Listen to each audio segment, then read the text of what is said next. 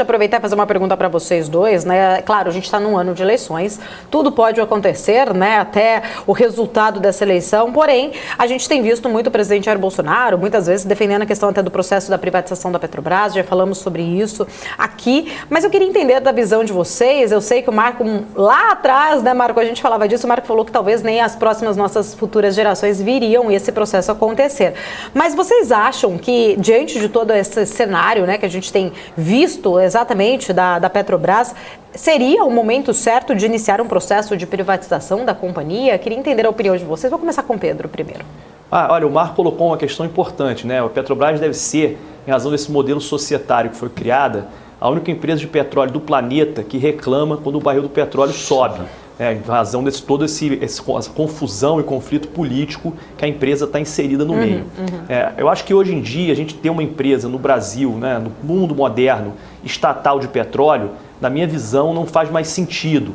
A gente, no petróleo, hoje é uma commodity internacional, o Brasil é um país com instituições sérias, instituições sólidas. Então, acho que a privatização talvez seja realmente um caminho para a gente deixar de ter dentro da empresa, né, de uma empresa geradora de caixa, esse conflito político que sempre acontece, fica sempre, quer dizer, se correr o bicho pega, se ficar o bicho come. É importante para o acionista e para o próprio governo a empresa ter lucro, porém, sempre que a empresa tem lucro, o acionista majoritário, o controlador, reclama dos lucros da empresa. Eu acho que a gente teve uma demonstração, Paulo, muito legal, interessante, agora com a privatização da Eletrobras, que talvez fosse também, né, uma dessas meninas dos olhos de ouro, né, do governo e da população brasileira, uma empresa enorme, né, que também dava orgulho aos brasileiros, que perdeu sua capacidade de investimento, ficou para trás no setor elétrico e que agora, capitalizada e privatizada, vai conseguir acompanhar seus pares e realizar esses investimentos tão necessários para o país e para a própria empresa.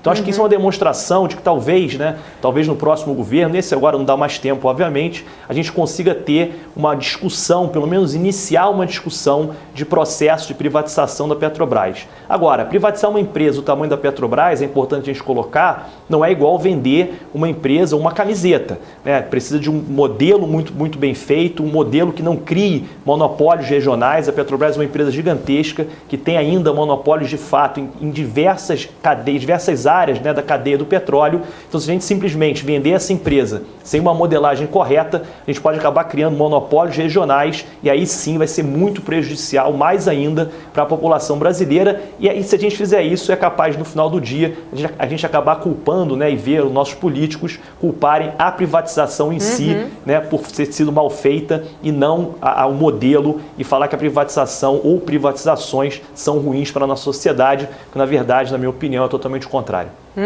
E aí, Marcos Carvalho, a sua visão?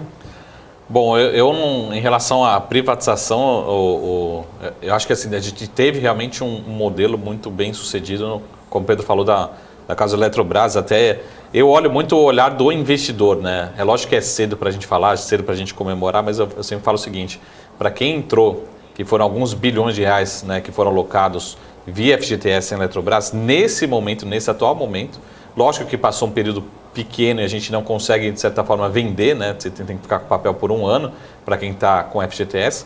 Mas se a gente conseguisse vender hoje, né, as ações da Eletrobras, você já teria ganhado até 2 anos, 1 ano, 2 anos de rentabilidade do FGTS em poucos meses, né? Mas até uma discussão que a gente tem visto é em relação justamente isso, né? Quem que quer assumir a Petrobras, né, todo esse processo, né, porque vai ser um processo, se ele acontecer, eu acho bem difícil de acontecer, mas vai ser um processo realmente impopular, né, como aconteceram lá no passado, as mudanças de presidentes, enfim. Mas, de certa forma, o que a gente precisa reconhecer também que hoje a Petrobras já é uma nova companhia. É uma companhia que gera valor, gera caixa, gera dividendos, muito menos alavancada, percepção de risco muito menor. Então, quando a gente tem, por exemplo, a gente já aprendeu, até no passado recente, né, a mudança de presidente, a gente sabe que vão ser respeitada, né, a governança da companhia, né, realmente a política de preços da companhia, isso que é importante para qualquer empresa, né, independente de quem seja o acionista. Se vai acontecer ou não, eu não sou tão otimista assim, né? Espero até que, acho que talvez tenha nos próximos governos outras privatizações, né, que precisam ser realmente melhoradas.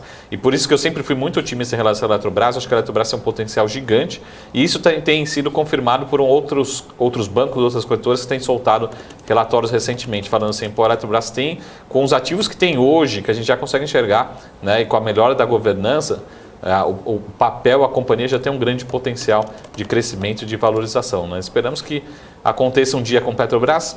Eu acho que sim, né? Como o Pedro falou, temos outros casos lá fora que são empresas muito bem tocadas, né? Que geram realmente caixa, geram benefícios quando acompanhando mais diretamente o preço do petróleo, né?